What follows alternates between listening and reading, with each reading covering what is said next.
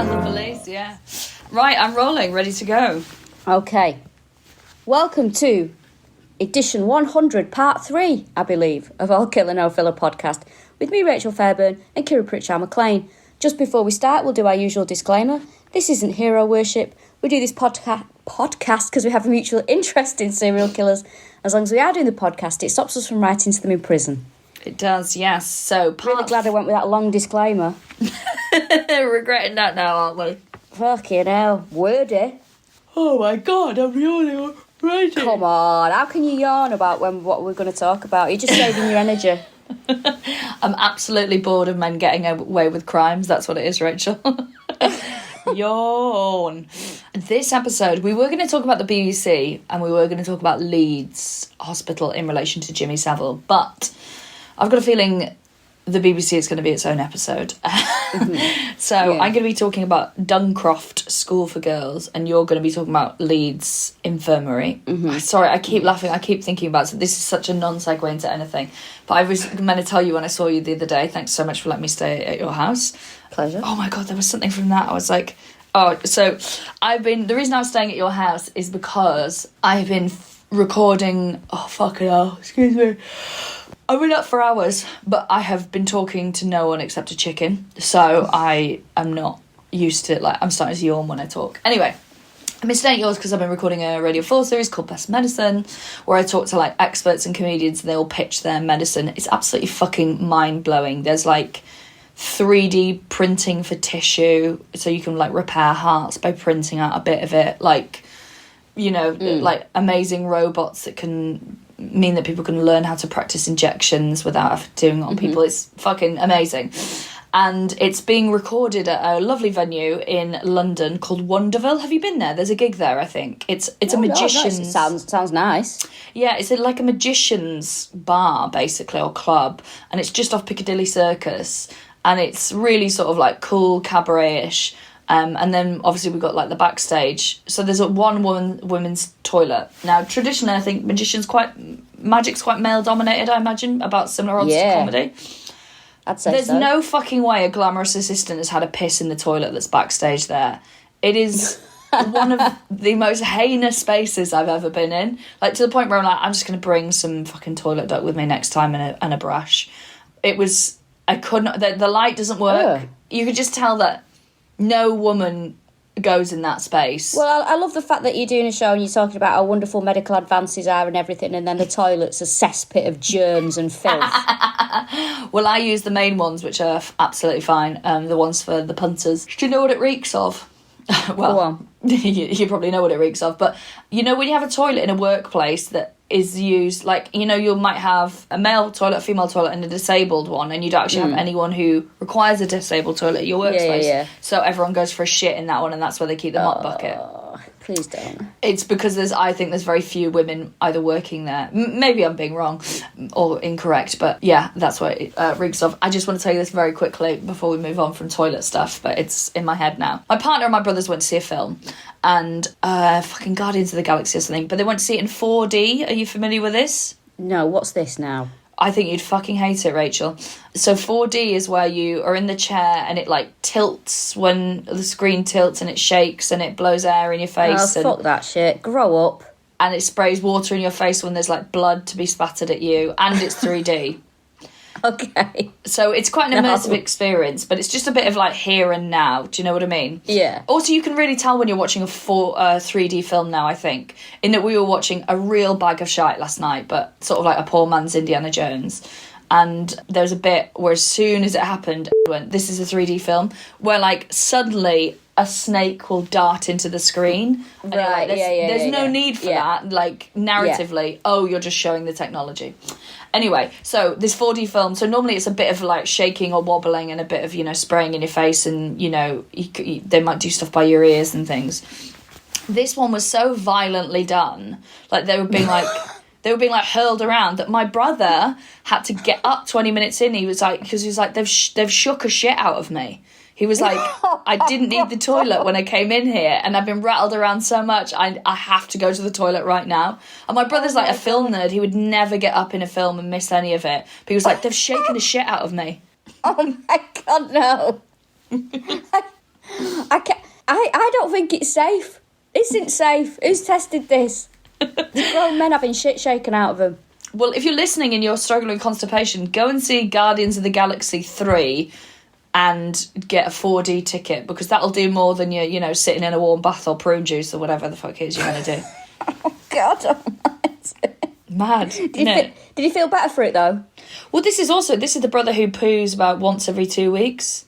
I mean, don't get in contact and diagnose him. I've already sort of had conversations with him about this. He rarely goes for a poo. So the fact that that's managed to shake something loose is quite unreal. I bet he's absolutely thrilled that it's being mentioned on this. This is a good way to find out if he still listens. That's bizarre. I don't think I'd enjoy watching something like that. I enjoy theme parks and I enjoy, rides. I fucking love shit like that. But I just, I find it difficult to enjoy a film anyway. And particularly stuff like Guardians of the Galaxy. It's not my bag, that. Have you seen terrible for any of the Marvels? I'm not interested. Okay. It's just stupid. I'm glad people enjoy it, but I can't suspend my, reality. Isn't your favourite film like Jurassic Park? Yeah, but that's different. Because you like it? Yeah, and I think because I like it, but also I got into it as a child, didn't I? Okay, So the ability to be like, this is real, was there with my childlike, my childhood joy at everything. Now I'm just like fucking Chris Hemsworth in a leotard. Which the film I watched last night with him in, it's called Hunt or something. My God, it was one of the worst things I've ever seen in my life. Everything's terrible. Writing's terrible. Plot's terrible. People are getting away with murder out there. And I want a slice of the action. Get on that picket line. So obviously solidarity with the writer's strike, but yeah. But I'm telling you, what a load of shite. Fuck me. Anyway. Speaking of shite. Jimmy Savile. Do you want me to start with Leeds? Do you want to do Duncroft first, or shall I do Leeds? It's up to you. You do Duncroft Leeds. Okay, cool. Should we say that one of my dear friends got in contact? I'm not going to use names because it's sexier without. No, I'm not going to use names because I don't want this to be sort of fed back to anyone. But they have a sort of link to Leeds Hospital, and a while ago now, a decade ago or whatever, they worked in a department at Leeds Hospital and got an email that went around to everyone from nowhere saying, you can't talk to the police. It's an instantly sackable offence. You can't talk to the media. It's an instantly sackable offence if you talk to the media. So they're like, what the fuck where's this come from? Didn't think anything of it. And then everything breaks with Jimmy Savile and Leeds General Infirmary. Savile is massively linked to, and they're like, that's why it was sent. So everyone goes to look at, that's that email. Let's go and sort of read what it says again. And they'd done a thing, I didn't even know this, where you can retract sending an email. How can you do that? Does that exist? Is that a thing? Yeah, I'm pretty sure it does. Let me give it a Google now before my great juicy fact falls away. That's what she said, right? The only thing I would say, I'm not sticking up for Leeds General Infirmary at all. I think what's gone on is horrific. But like when I used to work for the University of Manchester, we used to get told, that one of the stipulations was, any journalist enquiries that come in, you do not speak to them, you direct them to the media centre. So I guess it was, I'm not sticking up for them, I guess that might have just been a reiteration of the rules, because they know, fucking hell, this is coming up. Well, yeah, they knew it was coming, yeah. Terrible. Well, I think so this is me not really understanding, and there'll be people with technological brains cringing, but my understanding is that was sent by the NHS to the NHS. So yes, they control if it's on an Outlook or an intranet or whatever, if they send the thing, they can retract the thing. How weird. Well, it's just that. It's it's fine to have sent the thing in the first place. It's not fine, but, it makes sense that, don't speak to the media because also it could jeopardise a police investigation. But, to unsend it reeks of people trying to, cover their back. Yeah, it's all a bit sinister, isn't it? Yeah. Leeds General Infirmary, though. The report, which is there for everyone to have a read if you want to spend an afternoon doing that. The victims that he abused there ranged in ages from 5 to 75. Fucking Men, hell. women and children. Guys and gals, as he would have said. The report says this. It says, concerns regarding Saville originally highlighted in an ITV documentary shown in October 2012. There was calls to the Trust, people coming forward with the stories, and the subsequent Operation U-Tree investigation, which was a huge investigation over here that investigated several celebrities, including Jimmy Savile, Rolf Harris. Who else? Stuart Hall. Yes. Who we forgot about. Mad to forget about him. It says on the report, we now know Saville as a prolific sexual predator, paedophile and rapist, which I think should really have been rephrased to, we now admit that we know Jimmy Savile was... Because people knew. So people came forward. There was just a few reports that they investigated. A lot of people came forward and then said, yeah, I'd like to help with the report, and then changed their mind, which you can totally understand. And, you know, a lot of people weren't involved in the report, but these are the stories that were.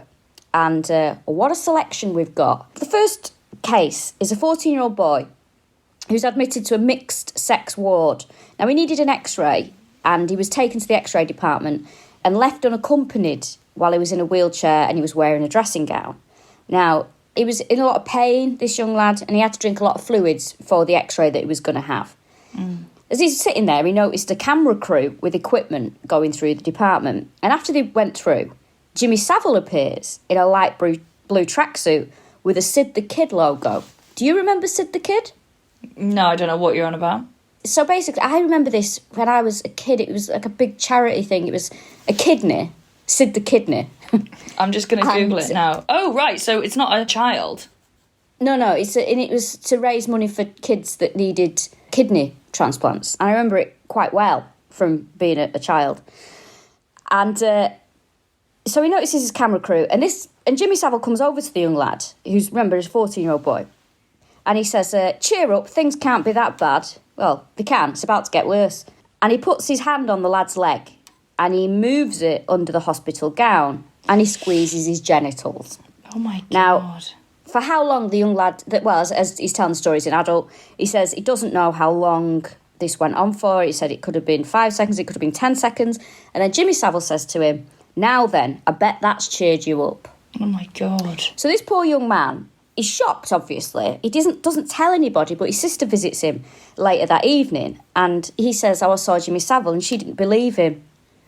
She's like, oh, you and your fanciful stories. So if no one's going to believe that he saw Jimmy Savile in the hospital, how's he going to feel confident saying, yeah, this is what happened to me?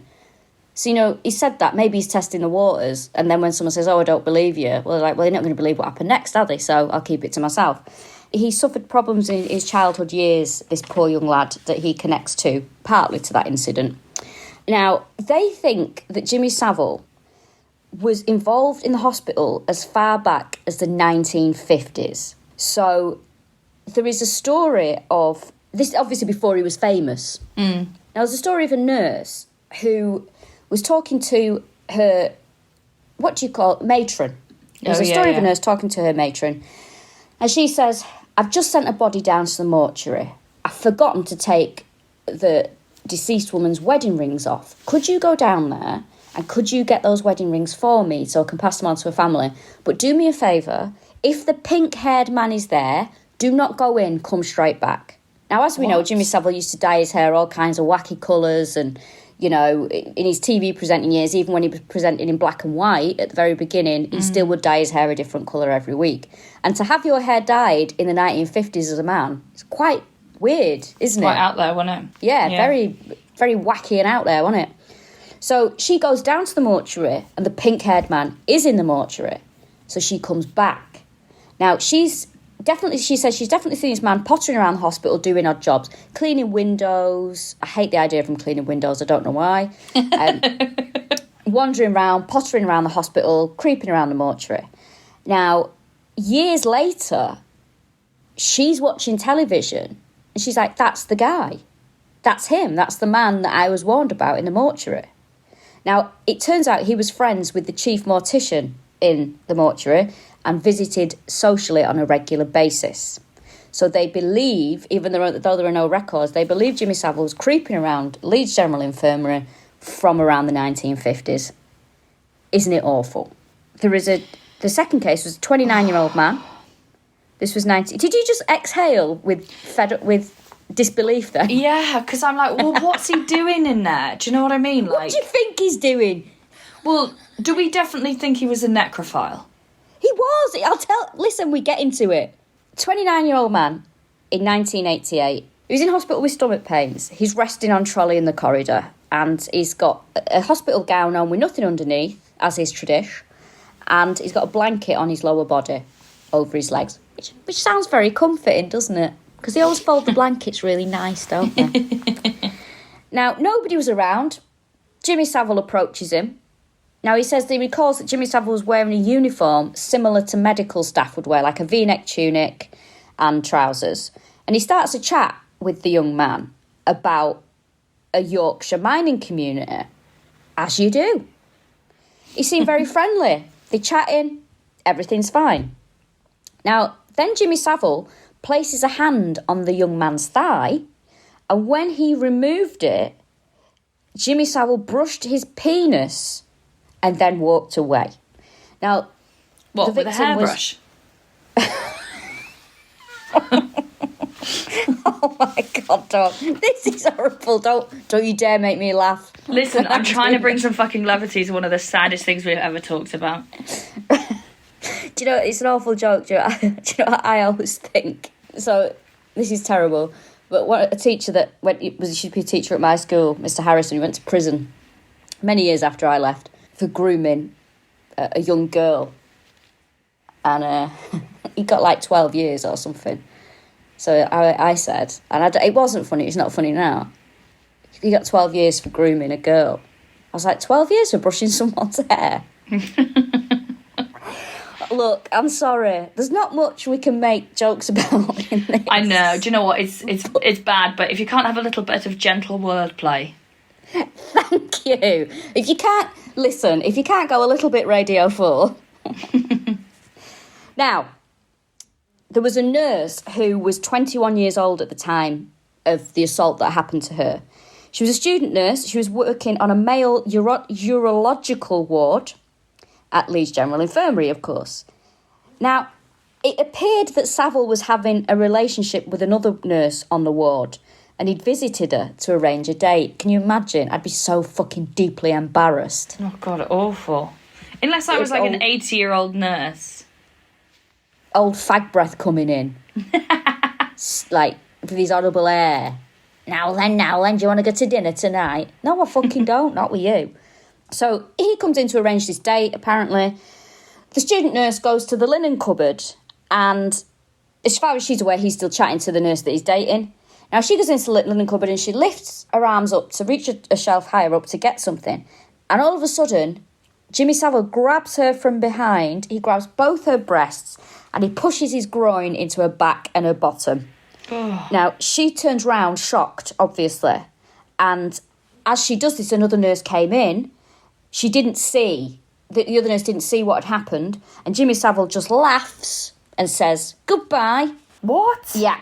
Now, she didn't report this due to worrying that it was going to jeopardise her career. And she thought, well, he's famous and he's very powerful. Who's going to believe me? Well, this is like a common thing that occurs here with loads of his victims, is that that's a narrative that gets repeated in Duncroft as well, as like, who's going to believe me? And then as he becomes not just more famous, but known for doing charity work, it's like, well, no one's going to believe that this guy that everyone loved for raising money is doing all these horrible things.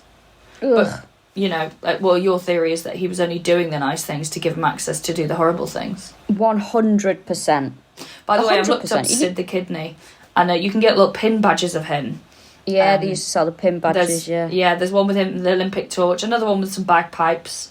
He's fucking busy, that kid now. He's got so many interests. He's failing. He's absolutely just a Santa here. He's a doctor, Olympic torch, he's on a motorbike. He sounds like he's the Tinder swindler. So, there are rumours going around. As far back as the 50s, people are saying that guy's a weirdo. The 70s come around, and of course he's a celeb now. And there's rumours around the hospital, people are talking. Now, there was this person who came forward said they were talking with a porter. Now, obviously, The problem is, though, this happened so long ago, when people are saying who was the other person, they either can't remember or people are dead. Yeah. So there are witnesses that will never be able to come forward. So this person was chatting to a porter, and as Saville walked past, the porter called him a prat, which I fucking love. I don't think prat is used enough. What does it mean? I mean, it's idiot, right? But it's quite a benign idiot. Is it? Yeah, like, what a prat. He's an absolute prat, him. The person says, well, what do you mean, why is he a prat? And the person says, well, there was a young girl on a trolley that was in one of the departments, and this person walked in, and as they walked in, he saw Jimmy Savile's hand swiftly evacuate from under the blanket. Oh. Yeah. So 64 people came forward. 64 people. Reports included everything from lewd remarks, touching, sexual assault and rape. The incidents took place in wards, lifts, corridors, offices, off-site in a cafe, his mother's house, a van, one of his vans which he parked on the hospital car park. He wouldn't be able to fucking afford doing that these days. Well, exactly. 19 staff reported encounters with him. The earliest case was 1962 when he was 36 years old. The most recent case was 2009 when he was 82. Now, a few people have contacted us with stories they've heard or connections they've had to this. And somebody contacted us and they said, obviously I'm not going to name anybody, but they worked at Leeds General Infirmary, and they said that one of the stories was that the 15-year-old girl was in the hospital. This woman was a patient later on. This is where it came from. The information came from the lady who was a patient in hospital years later. She'd been a patient in there as a 15-year-old girl. And she said, when I was in here when I was 15, the nurses just came to my bed and drew the curtains round me. She's like, oh, what's going on? Because obviously you bloody panicked, don't you? Mm. And they said, look, Jimmy Savile's coming round and we don't want him to see you. Ooh. It's grim. It's chilling. It is. You know, the one place that you should be, you know, the time in your life that you need looking after, caring for, and this is the thing that he's... Like, it gets worse. I mean, as I say, this... sometimes... when I'm not laughing because it's funny, I'm laughing because it's awful. Like, it gets worse because there are claims about his unhealthy interest in the mortuary. Now, witnesses... Look, we're going to have to go there. I'd be interested to get to ask Chris, our friend, Christopher Hughes, who worked in a mortuary. He's done our Anomalies episode, and he did a special with us. Because to me, mortuaries have always been ultra secure spaces. Like, how the fuck was he wandering into it? And also just he knew the mortuary. He knew the guy, didn't he? What, you can just blag your way in like a fucking nightclub? Well, if he's been friends with the mortuary assistant since the 1950s... yeah, what? Like a nightclub where the atmosphere is completely dead. Imagine they don't let him in and he just changes his jumper and comes back again for another try. Different tracksuit top on. Oh, don't. You can come in, but you're not bringing Sid the kid. He's not old enough. Can I just say my memory is terrible at the minute as well? I don't know what's happened to me recently. I'm trying to talk about this, and my mind, it's like I've got a mental block on my head at the minute. I was doing a gig the other night, I was comparing. I went on at the end. I mean, I will admit the closing act did underrun a bit. And, you know, when you go, I've got another 5 minutes here, and then they go, thanks for listening. You're like, fucking hell. Yeah. So I went on, and could I remember the first act's name? Oh, God. No, I fucking couldn't. Complete Awful. mental block. I got it by the end, though. Have you ever done that? Yeah, all the time. I keep dropping things as well. I've already Googled it. As long as I know that this is happening, then it's fine. Okay. So, the witnesses have come forward with several instances here. Now, Saville claimed to have two big rings, which he said were made from glass eyes that he had took from bodies in the mortuary. Was this said to shock, or was it true? Could have been either. I fully believe that. Now, a former nurse at Broadmoor said that he used to pose with dead bodies for photographs. What? I mean, listen, time for everybody, always the pro. Even if they were dead, he'd have time for a photograph. Nothing was too much for him. What? So what would he do? But Like, also- prop them up? Well, he would pose the bodies. We'll get to this in a bit. I've got a little bit about this as we go along. So he was friends with mortuary staff. He had access to on-site residences and restricted areas, and he went completely unchallenged. So this is from the late 1960s. Apparently, he had an office at Leeds General Infirmary as well that was apparently discovered when renovations were going on. What, like a secret one? Secret, allegedly. Now, this is how far the rumours had gone. A patient at Barnet General Hospital in London overheard nurses discussing how they'd seen Jimmy Savile have sex with a dead body at another hospital. No. There you go. I just don't understand, like, what, so they just looked in and went, oh, sorry, I'll just pop back. As soon as that happens, right, that's it, that's done, he's over. Like, you can't come back from that. But the problem is, how do you prove it?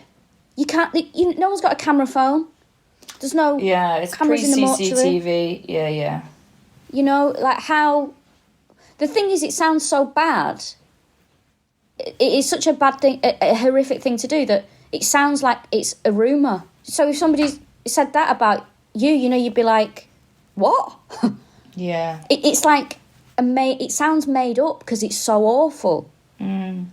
Another woman said that Savile had told her when she was training as a nurse at Broadmoor in the 70s. He said to her, when it's quiet at night, I visit the mortuary. And he said that he performed sex acts on bodies in the mortuary. Witnesses would say that he would say they when he was talking about being in the mortuary. They're like, was it him and others? Mm. And he also would move bodies and pose them in sexual positions before rigor mortis set in, and he would get involved in the photographs. What? So he also would, like, said... He'd sort of, like, set it up like an orgy and then jump in. I imagine so. But also, if you think about it, the weight of a dead body, I imagine, is, well, a dead weight. Mm. So I doubt he could have moved these bodies on his own. I mean, he was a strong man, as we know. Well, unless he was using frail or you know, smaller people. But even then, heavy. No, like, I was going to say, listen, mate, dead child doesn't weigh anything. I don't know why I'm saying it like I know anything, but... Oh, it'd still be heavy. Yeah, but no, you're right. I mean, you're talking like a bag of sand. Yes, absolutely, yeah. If he's taking photographs, where are the photographs? I don't want to know, but this is the network of people he must know. Who's developing them? Maybe the Polaroids. Well, it's true. It's a good question. I mean, they must be Polaroids. Yeah, yeah. Or he's going to know someone with a dark room, or he's got no, he hasn't got a dark room, but, you know... But also, then I think he's so frightened. He's got so much power, and a photograph is a way to get found out. I don't know. I'm not saying he didn't do it, because I do think he did. This is the worst bit, and I remember you talking about this when we did this as a live show, and when I reread it, and it came back to me, I was like, oh, I feel fucking sick now. Apparently, he said, he would perform oral sex on the bodies, and he referred to oral sex as gamarouche. I don't understand why, though. Is this the bit you want to question? You're not happy with his slang words, is that it? I'm going to Google it. Do you know how it's being spelled? Gamaroush. You know what that is? It's a fucking great password. It is. It's an existing slang for oral sex. Yeah, someone's got that name on Twitter. Yeah, and it's immediately good. The third hit is a link to a Reddit thing about Jimmy Savile. Oh, fucking hell. Look, it is Sunday morning, it's 11:15, and I feel sick talking about this. Well, apparently he invented it. One thing says. Urban Dictionary's the first hit. He invented it, did he? Well, that was so he invented the twin turntable, DJing, and that word. When did the allegations come out about him? It was after 2010, wasn't it? After 2012. Yeah, because the Urban Dictionary has got gamarouche in there, and that was added in October 2009. So I think that this is before the allegations come out, and someone's like, wakes up at night thinking, why did I add gamma rouge to the Urban Dictionary? But yes, I think apparently any answers, it says that he invented it. I can't believe that he had... Oh, wait, no. Oh, my God. Okay. It's not confined to necrophilia, just so you know. And it's a 20th century military slang. And it comes from gamma rouge, which is French. Of course it is. God fucking hell, you pig.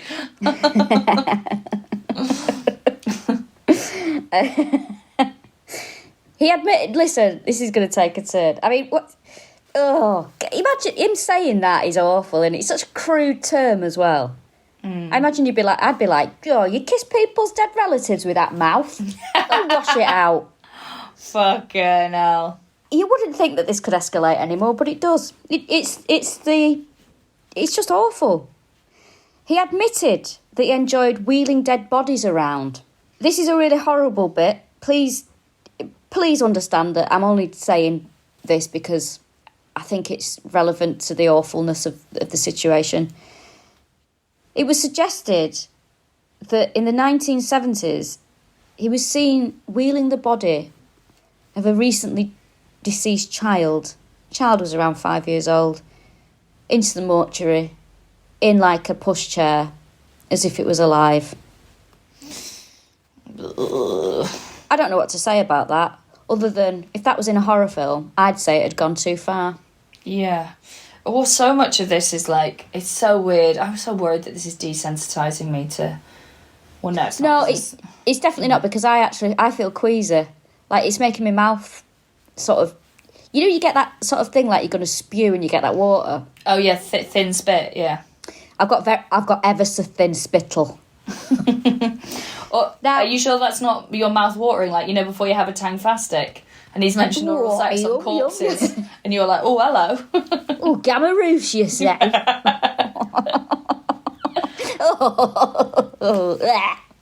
So, now the thing is, this abuse is happening. It's horrific. Some people have suggested something, though. They've suggested that Jimmy Savile may have had a vasectomy so he didn't get his victims pregnant. Absolutely. So, just let's take stock of this for a moment. He's abusing dead people. His victims overall have included, and not exclusively, but have included a pregnant woman, a paralysed 19-year-old female, a child who asked for an autograph, and an 11-year-old cancer patient. The fuck is wrong with this guy? There was the story of the young boy who asked him for an autograph outside a hotel in London, I believe it was, wasn't it? Or Leeds. And yes. He said the boy had come into the hotel and he raped him. I can't believe that this went on for a man's lifetime. Yeah, it's fucking mad. So what you got for me? What's for dessert? Right, where the fuck do I start with this? Okay, so I'm gonna give you history of the school first of all. So I'm gonna be talking about Duncroft School for Girls. Mm-hmm. Now, this is one of the places he frequented. A lot of the victims on the Louis Theroux documentary are former Duncroft pupils. I don't know if they were residence pupils, but a bit of both. So the school's very old. The site of it is where King John signed the Magna Carta. And yes, it's mentioned in the Doomsday Book. But I feel like the phrase mentioned in the Doomsday Book fucking has everything attached to it. It's like, it's more common than Stephen Fry giving a quote to a book. It was mentioned in the Doomsday Book. I'm just going to put it on my next Edinburgh poster. So, in 1945, the building became a school, and it was sort of granted that status by, at the time, 1945 government obviously set up the National Association for Mental Health. So it's sort of a mental health facility. And then in 1969, you had this, it became a community home with education. It's basically the law changed, and it was now... You changed how you treated young offenders, essentially. So they weren't they wanted to be rehab, not punitive, yeah? Mm-hmm. So juvenile courts were reformed. They were meant to be sort of kinder. You also had the setting up of the civil court?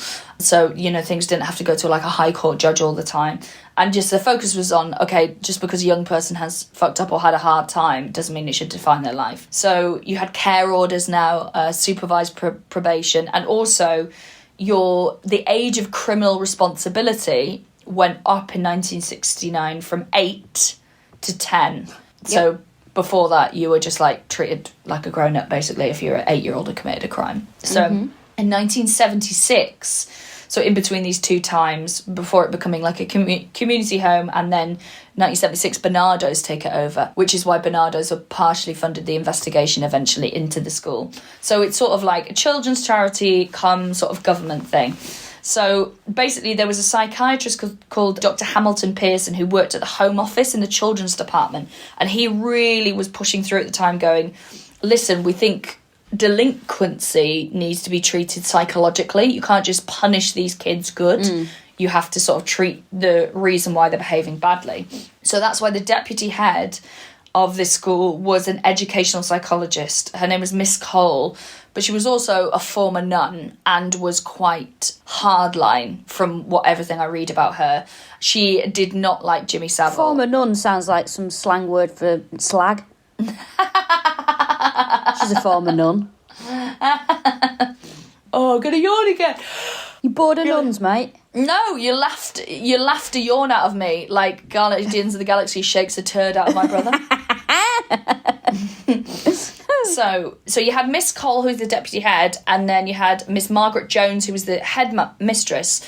And apparently they were very different personalities. Miss Jones was a lot more sort of gregarious and like sort of a bit more modern in her thinking, whereas Miss Cole was very traditional, Oh my God, sitcom. Well, it's really interesting reading one of these reports about people who've been interviewed, who've been happy to be interviewed from Duncroft, because it's going to get quite controversial later on, Rachel. Ooh. But they were going, some are going, oh, she was great, and, you could just talk to her. And the important thing was that, like, if you couldn't talk to one, you could talk to the other. And they said that the girls did have that relationship with them. But one of them was like, they were like, oh yeah, she was sort of gregarious and well-liked by the girls. And this one girl was like, oh, she was a real fucking Miss Jean Brodie. Good morning, girls. And absolutely hated her. So this Duncroft was deemed one of the most important experiments of its type in the country.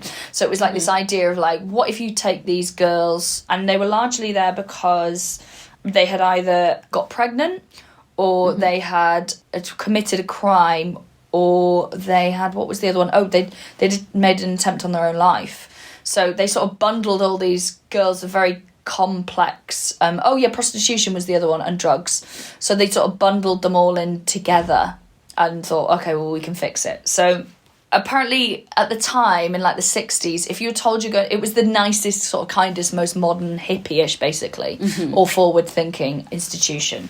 And one of the residents from the 60s said, being told you were going to... Knowing you went to Duncroft is a quote, being told you were going to spend your life at Butlins. So this was the one that you wanted to end up in because it was sort of like more chill. Yeah, I mean, both sound shit. Yeah, both sound shit. How do you explain Butlins to people who aren't in the UK? Well, I'm sure I've mentioned this before. If it wasn't for Butlins, I wouldn't exist. Have I mentioned this? You have mentioned that your parents met there, yeah. My parents worked at Butlins on Barry Island, and that's where they met. My dad was a waiter and my mum was a waitress, and that's where they met, working at Butlins. It's a holiday camp. Americans they have summer camps. It's not like that. It's like summer camp that you have for kids, but for families. Yes, it's basically a holiday, very affordable holiday, usually by the seaside somewhere in the UK.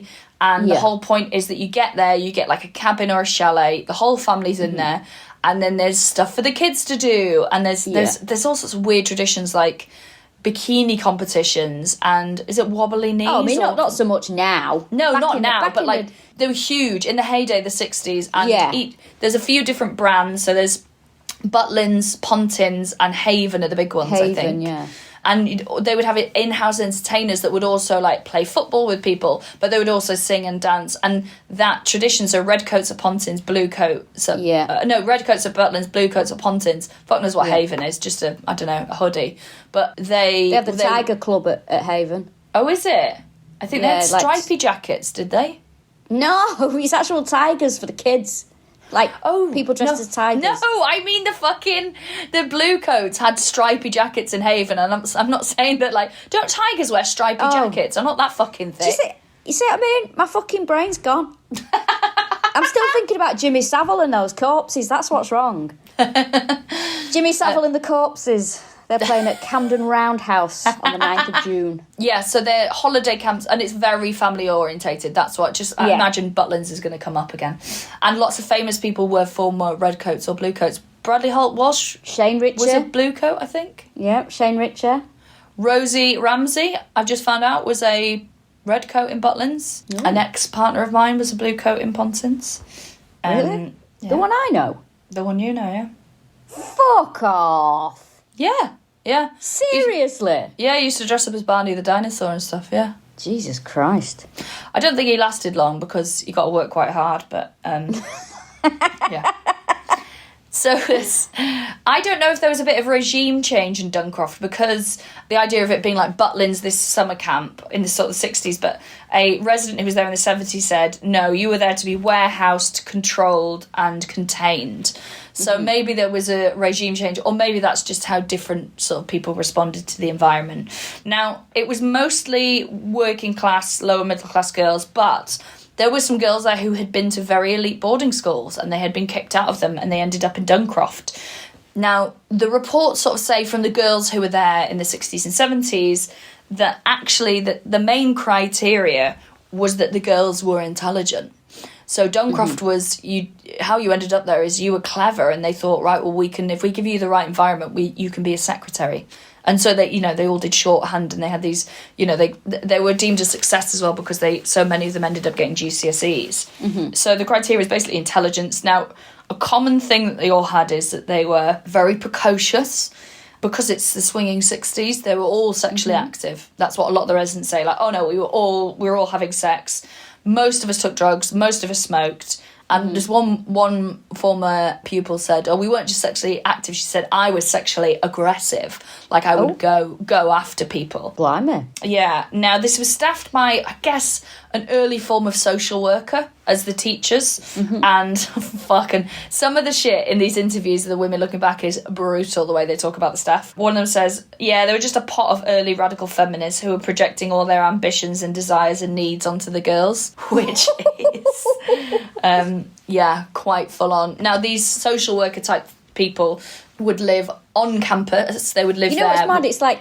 It's like I guess at some sort of institutions like that, the kids would react with anger, if they didn't like you in the way you were trying to teach you and try and change your ways. They'd react with anger and maybe swear at you. This is more brutal. These girls are fucking smart, and they're like, yes, actually, I can psychoanalyze you, and what I'm finding is rather pathetic. Well, yeah, it's a character assassination. I'd much rather someone called me a cunt than told me why I was a cunt. The social workers sort of lived on campus. The girls had their dorms, and then the teachers, like the local vicar taught RE, and that the deputy head and the headmistress, they lived off campus. Do you know what's striking me from some of the stuff that I read from the girls who were there is that these teachers or these like social worker kind of figures really thought they're doing good, and this whole idea of projecting things onto what the girls needed. So I've worked with loads of like young people over the years, and there was a place I worked with where I worked with lots of youth workers. Now, youth workers are fantastic people and do brilliant work, but I did notice, not all of them, but there would be a contingent in like when you go for staff training or whatever, or safeguarding, there'd be a contingent of youth workers who were the kind of people who really needed a youth worker when they were growing up. And that's what's led them to it, which can often make them brilliant youth workers, but also sometimes I think there's a real sort of like tricky element because a lot of them can be quite arrested, and some of them can sort of go, this worked for me, so it works for everyone. I remember there being a guy just being like, all kids need is sport. Sport saved my life. Football's the reason that I'm not on drugs and that I'm not dead. I would be dead without football. So just thought football can cure anything. But, tell that to the lovely little gender fluid self-harming goth. Like, they don't need a kickabout, they need something else. But it's this thing of like, what worked for me will work for everyone, and it's sometimes a really difficult thing to negotiate. I'm going to come back to my experience at that place because it does relate to something else that'll come up. So how Jimmy Savile came to be involved with the place is basically this Duncroft had long had links to celebrities. So the school psychiatrist's husband worked at Shepperton, the studios.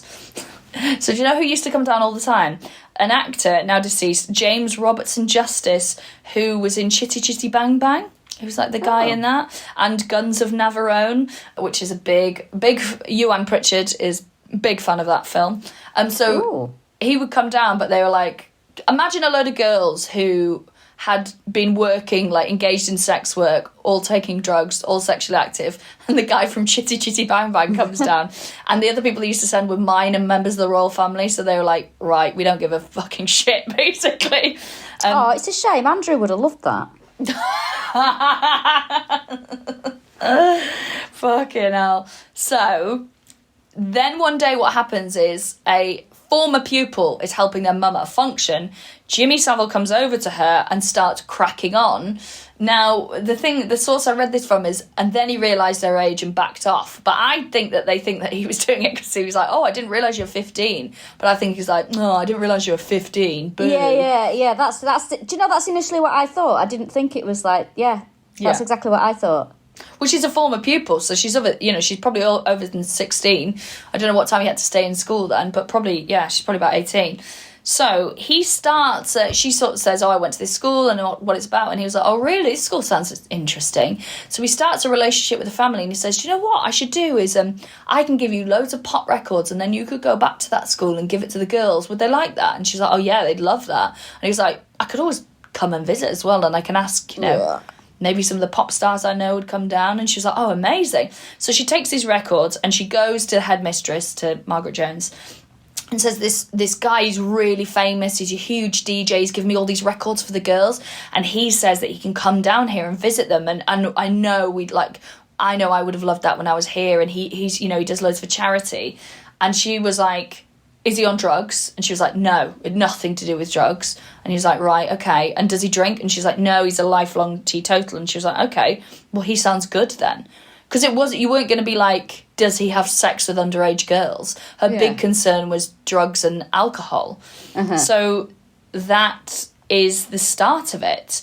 And he would come along, this is mad though, he would come along to Duncroft and he would bring boxes and boxes and boxes of cigarettes. And the girls, that was like their currency, was like they all smoke, they all fucking love cigs, and there was never enough to go around. So they'd get really excited, but he would give them to the headmistress to hand out, to go, oh no, this is your decision about who gets them, you know best. And then some of the girls were like, I'm going to get really good friends with the girl that he first met and her family, and maybe I can get cigs that way. And it didn't work like that. It all went through the authorities, which I think is him trying to go, I understand I'm in your house, it's your rules, to sort of win their trust.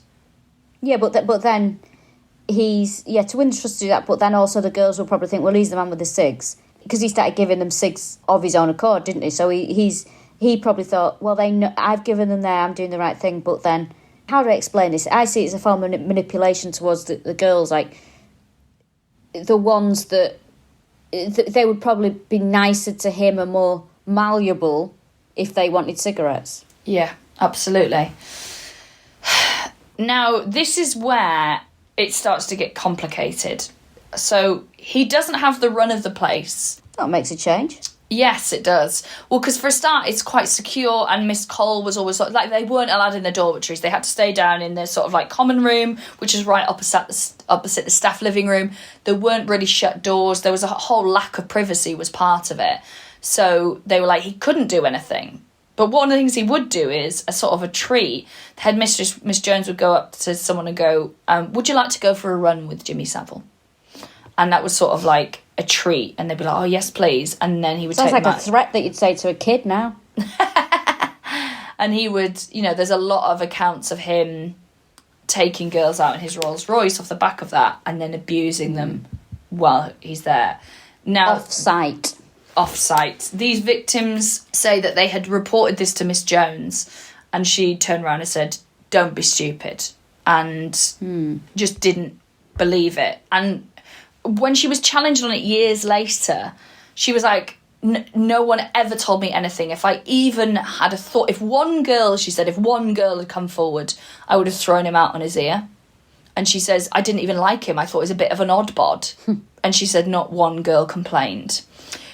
Because this is a story of really complicated narratives. So you have the headmistress saying, listen, of course I didn't know. Of course I didn't know any of that. You have the girls, in fact, I think it was the report by Surrey Police, which came out in 2015, basically stated that 22 of their students were sexually assaulted between, I mean, that was only in 5 years. But there's this really tricky counter narrative, because when the Surrey Police were trying to get people to come forward, they deliberately, so for a start there was an investigation held, and it was called Giving Victims a Voice, and they say at the beginning of this sort of report, they say, listen, we're not going to call them complainants, is it complainants? Complainants. Complainant, yeah. We're not going to call them that and make them feel gaslit and invisible. We will be calling them victims moving forward, because we think on the basis of all probable stuff that these are victims. And so sorry, and he's dead, so they can say that. And he's dead. Yeah. I think that's a fucking huge part of it, Rachel.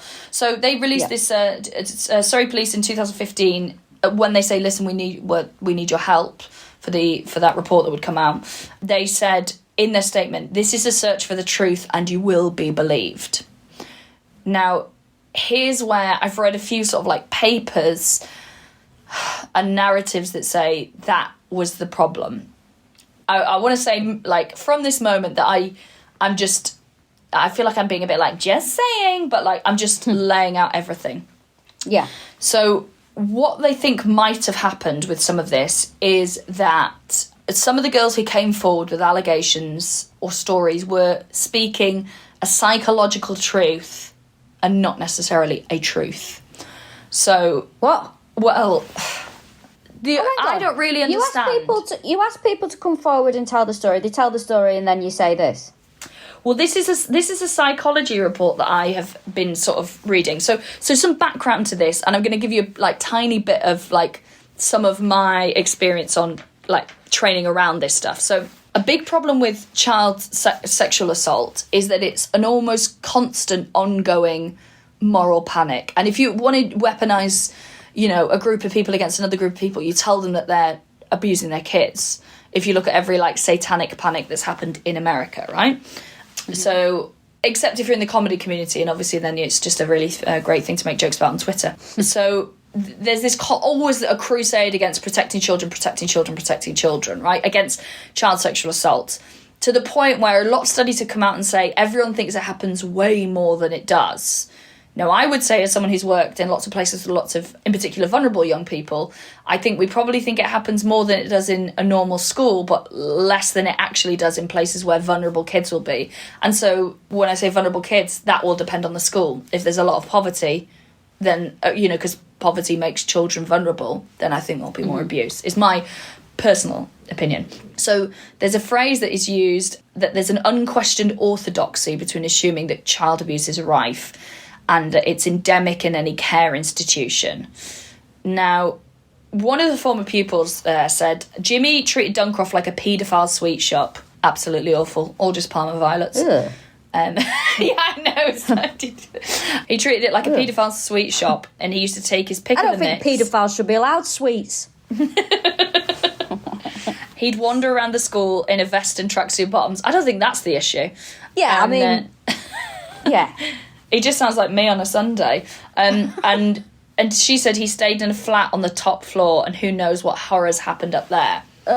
Stop it. Stop letting his cunt stay over. Well, this is the thing, is that actually there's quite a lot of evidence to say that he didn't stay over. They all said he never stayed over. There was nowhere for him to stay. And lots of the girls were like, he wouldn't have anywhere to stay. There wasn't a facility. But then it came out that, like, the headmistress was like, oh, well, there was 2 occasions that he stayed over, but he stayed in a separate building. So, do you know what's really sad is the more I read about this, for every girl who says this happened, there's a girl who's saying that never happened, which is so common in all abuse. Is what people happen is a victim goes, this happened, and someone else goes, well, it didn't happen to me, so it didn't happen to you.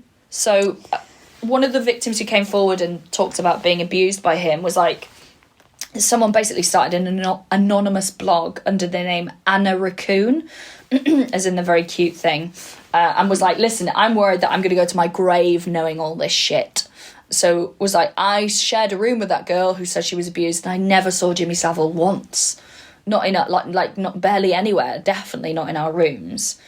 And there's this very weird thing where a lot of them, because they were very sexually active and promiscuous, they would be really they were always pushing the boundaries, so they'd always be flirting and making sexual comments and trying to make people feel uncomfortable.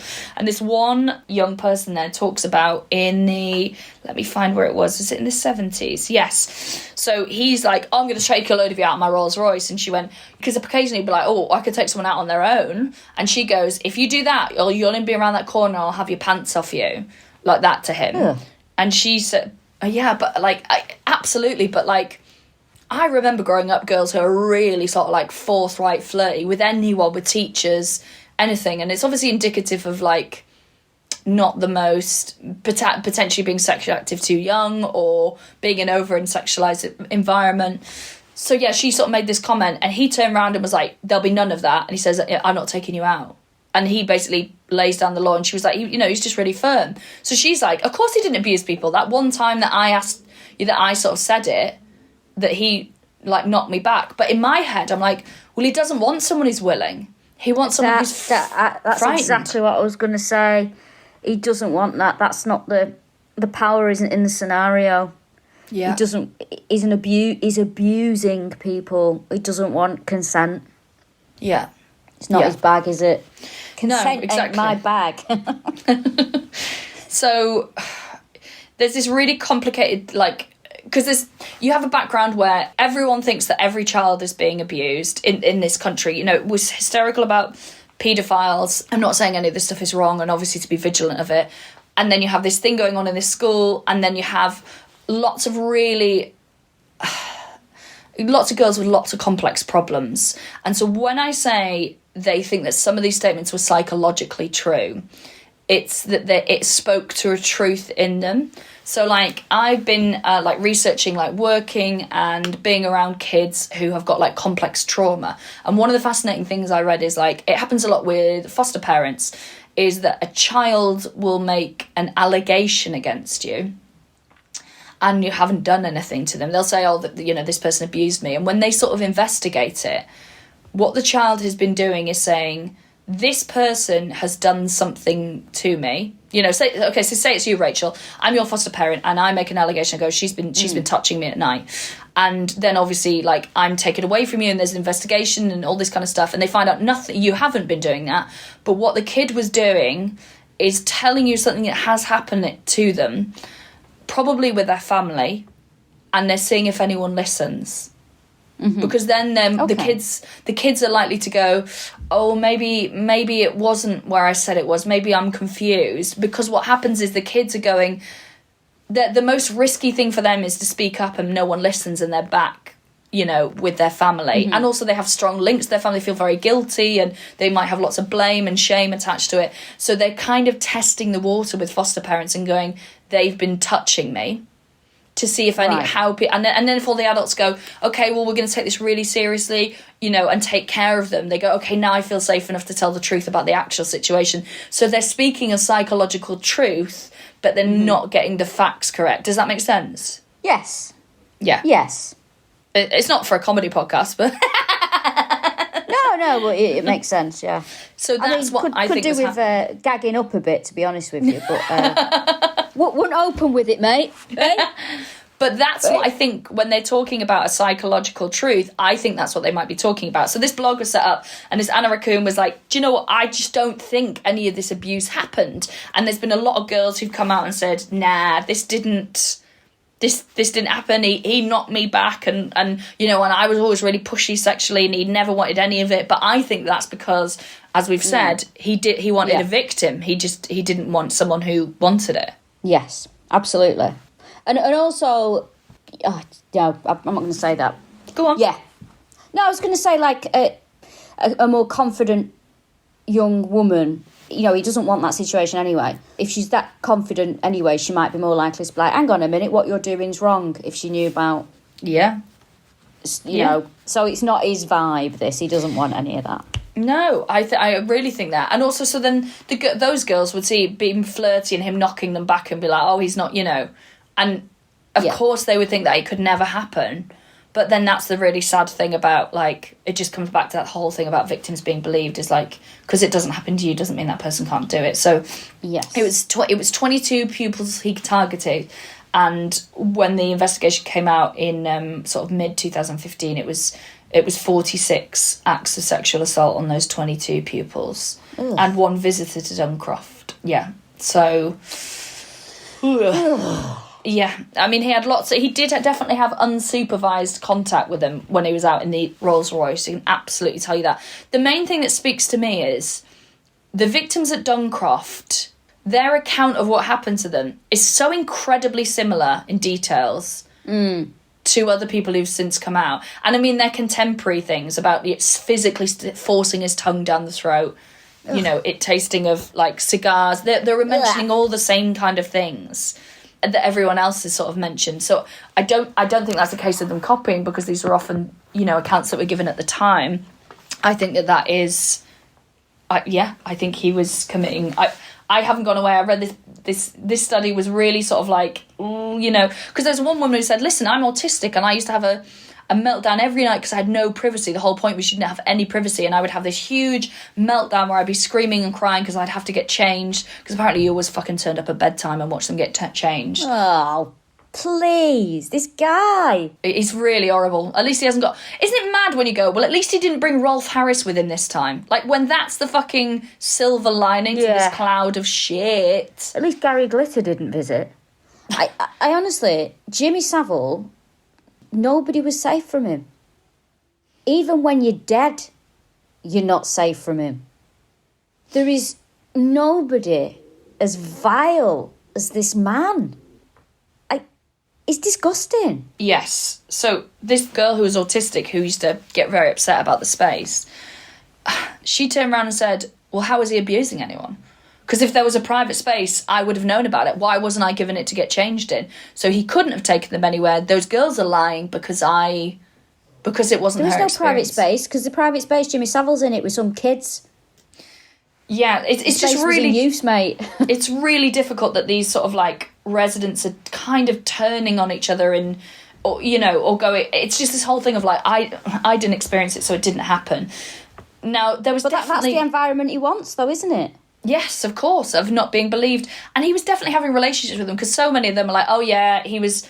there was always something going on. One had fallen in love with him, and often the ones who were a bit shy would have big emotional connections with him, and then there was a fight between the girls because he was giving one too much attention.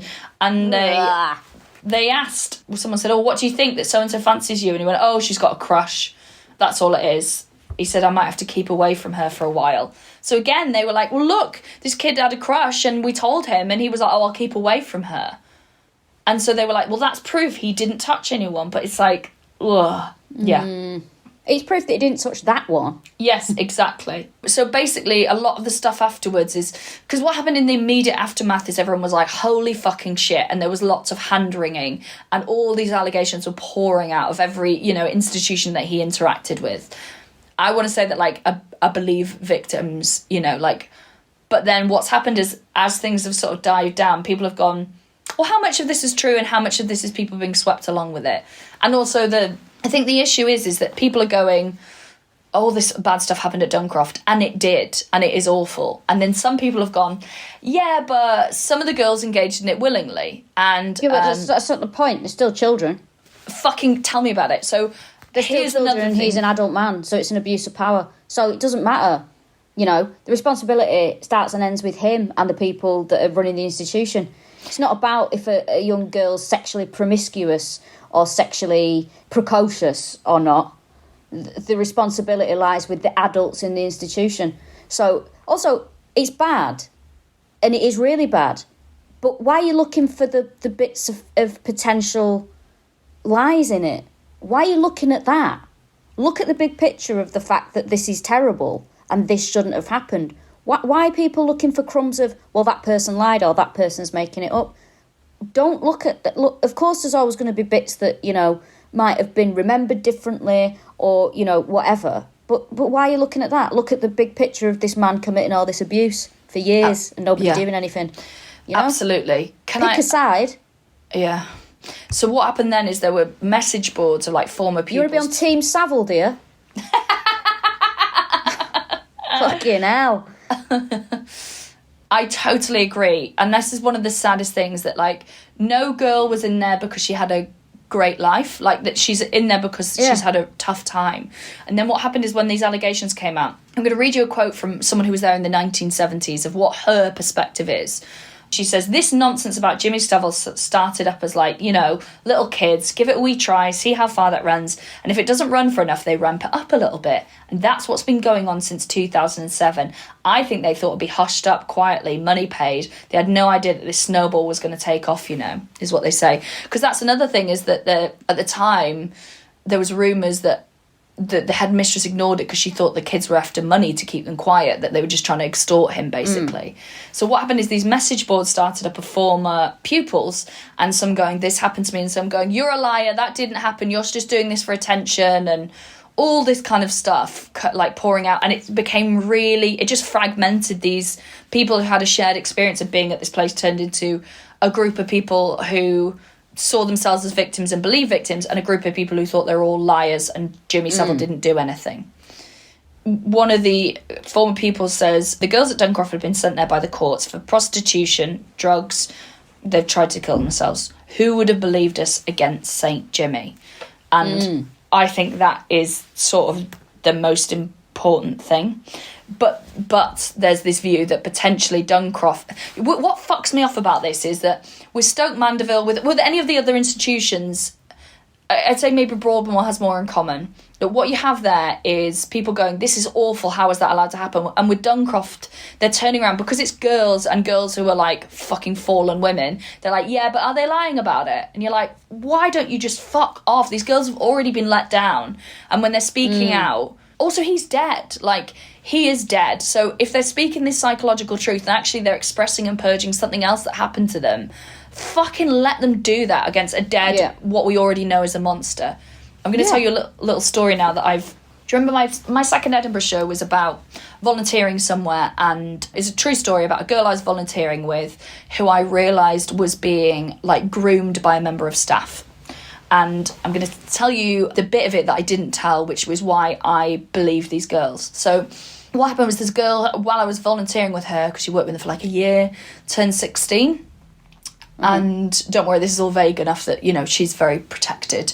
And I realised from what she said that there was a youth worker there. Again, a lot of these people I feel like can form kind of strange bonds with young people because they are a bit arrested themselves. There's a youth worker there that was in a relationship with her and had been in a relationship with her for a while, and it was secret. And I thought it was a secret at first because there were two women, and I was like, oh, she's gay, she's coming out to me, like, what a moment. And then I realised what was happening, and so I spoke to the person who oversaw the volunteers, and I said, listen, I think this is happening. And they're a psychologist. And she said, okay, leave it with me. And basically did a bit of snooping around and was like, yes, it is this person. And because I was like, this is what I know about this person's girlfriend. And I think it's a member of staff. And she went away and said, yeah, all those things are exactly that person. You know, they do have their birthday on that day or whatever. So she went to like the head of this place, which is it's just focused purely at young people. And it's a fantastic organisation, I have to say. And the person somewhere near the top, I don't know exactly what their job was, turned around and said, well, she's 16, and sort of shrugged their shoulders. And it's like, well, she wasn't when they started the relationship. And also, it doesn't fucking matter. Because there's this weird thing about the age gap was like, if it's like more than 8 years, then it's immediately a problem. But it was 8 years. So this person is in their, like, coming into their mid-20s. Yeah. And you've got what is a fucking child. And the person at the... So the psychologist was like, this is fucked up. And then went to the top of it. And they went, oh, well, what we can do, she's 16.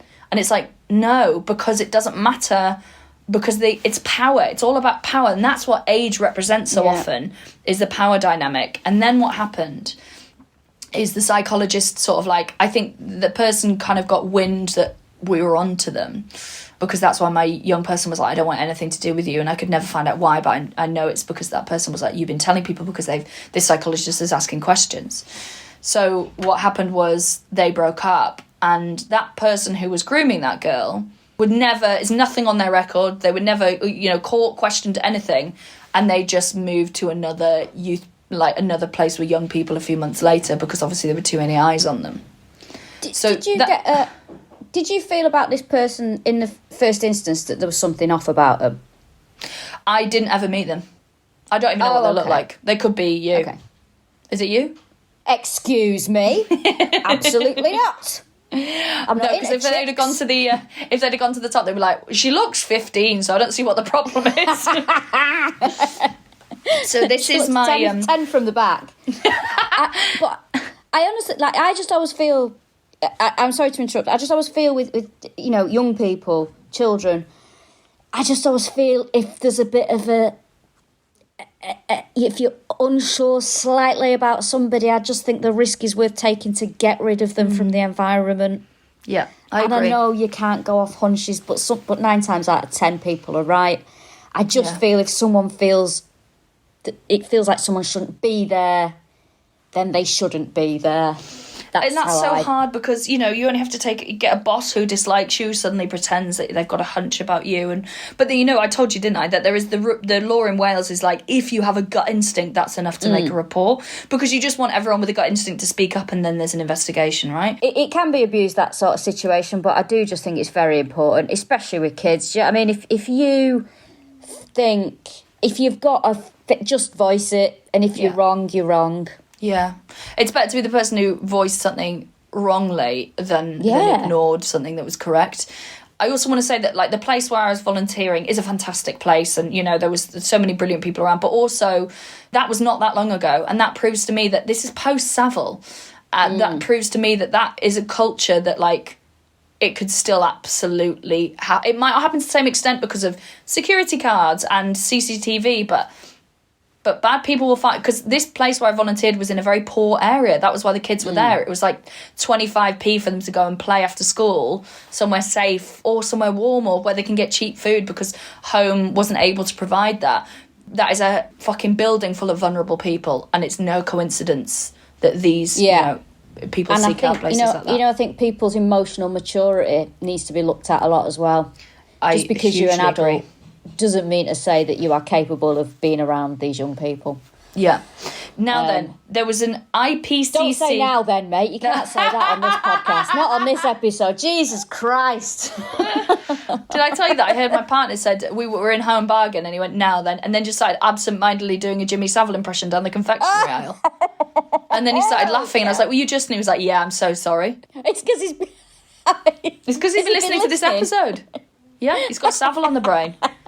So the IPCC did a 2-year investigation into what happened, because it turns out that complaints were handed to the police.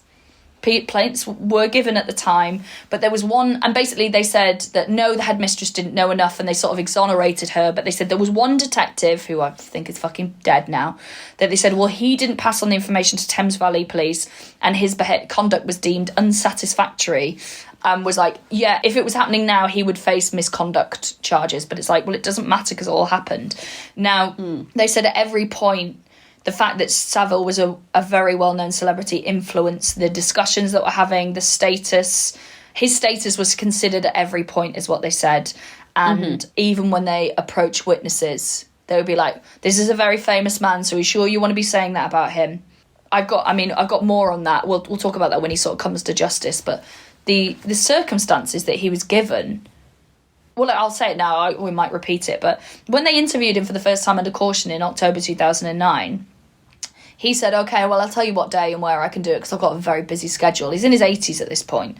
So there's a huge fucking delay. So they think he was getting his house in order, and also just seeing if he could make it go away. Then eventually, when he is there, he doesn't just have a lawyer. He has a friend in the room. He also has an appropriate adult. He's in his 80s, and he's got no he's not trying to make himself look vulnerable, is he? Well, this is it. He wasn't doing it in a vulnerable way. It would make perfect sense if he was then, but he was. And they basically said that, listen, if he wasn't a celebrity, there's no way that would have been allowed to happen. So yes, he was given preferential treatment, and that preferential treatment, certainly in the case of Duncroft, meant that he, and the case of everywhere we've spoken about so far, meant that this stuff didn't come to light. Wow, real feel good stuff. That. Surely we've finished. Well, no, we haven't done the fucking BBC yet. I mean, on this. Oh, yeah, I can't take don't any worry. more. That's that's the end of my page. Yeah, don't worry. That's it. That's the end. That's it's a look. I'm looking out the window. It's a lovely sunny day out there. People are out enjoying their Sundays, and we're in cupboards talking about Jimmy Savile. Where we belong. It's like, you know, that saying that's like some of us are in the gutter, but we're still looking at the stars. Some of us are in the cupboards, but we're talking about Jimmy Savile. No, it's some of us are lying in the gutter, but some of us are looking at the historical sex crimes of former stars. Gorgeous, yeah, love it. Put that on a magnet. Pop it on a magnet. Does that mean that we've got a new merch idea? Fucking hell, that would be Oh bleak. no, absolutely not. Thank you for listening. Listen to those people, but they won't hear this until it's all right. These people that are binging this. Oof, bad one to Tough binge. shit. Just listen, will you? I mean, what are you doing to yourself? Just listen. Thanks so much to everyone who's... Our Edinburgh show is on sale. You can get tickets from the Pleasance website, because that way we don't get charged 3% for doing nothing from Ed Fringe. That's the 24th, is it, Rachel, I think? I believe so. Let me check. Let's have a little look at I can't check my diary. It's on my phone. Yeah, 24th it is of August. We'll be doing a big show. Who should we do? Get in contact. We'd love to hear about that. Yeah, let us know. I'm also up for those last 2 weeks doing a work in progress of my new show. If you want to come and see me, 15th and 19th, very, very down to the last tickets. Anything else to plug? My tour's on sale. Starts in September. Yes. It's on sale now. Get a ticket. Now. All the usual places are busy. Manchester, Birmingham, Edinburgh, Glasgow, blah, blah. Coventry. Who knew? Covo. Oh, well, Warwick Arts Centre is fucking brilliant. Warwick, that's the Warwick Arts Centre. It's in Coventry, yeah, but it sells brilliantly. It's a fantastic venue. So that's on sale. Come and see that. Anything else? Oh, we might have some Halloween news for you soon. Oh, very soon. Very big Halloween news. Thanks to everyone that contributes to the Patreon. Yes, huge thanks for that. Really, really kind of you.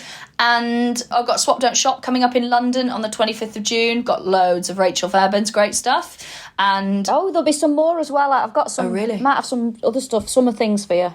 Oh, lovely. We've got nearly over 200 people. It only holds 300 and it's on 260 something. So book your tickets now. Don't be fucking messaging me going, can I just turn up on the day? No. It's been on sale for months. Do you know what? You've been told. Yeah, and it's a free... Don't make it more stressful. It's a free, nice thing I do. Please don't spoil it. I don't know why I'm getting aggressive about a thing that I'm not involved in. Also, Brighton, Bristol. I'm just waiting to hear back on everything. But that should be going ahead in July. There'll be some good stuff in Bristol. Just wall-to-wall Lucy and Yaks in Bristol, and I can't wait for it. There. Yeah, it will be good. I'll have a little snifter around for you, Rachel, don't you worry. Thank you so much for listening. We hope you enjoy this episode, although this might be one of the more heavy-going ones, and we'll see you all soon. Bye! Thank you, bye!